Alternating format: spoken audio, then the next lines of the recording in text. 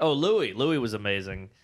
Louis fucking Jesus. He's the guy I watched before I even did comedy.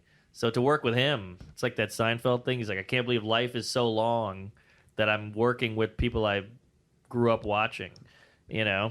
And just probably the best comic working today. He's like our Carlin, and just edgy and poignant, interesting, and original. So original.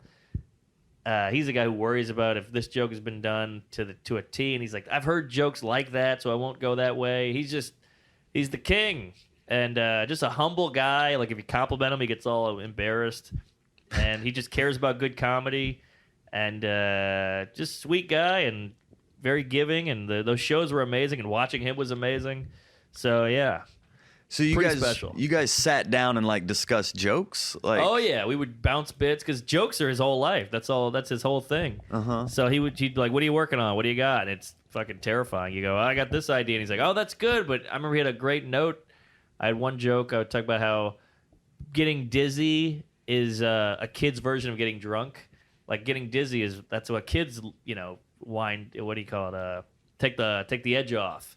Like, I had a rough day, I'm going to hit that merry-go-round, blah, blah, blah. Silly joke, very, cutesy. But he was like, you got to make it personal. So now he's like, every joke is funnier if it's personal. So I never forgot that. I'm like, all right, I got to remember that. Every time I'm writing, I go, make it personal, make it personal.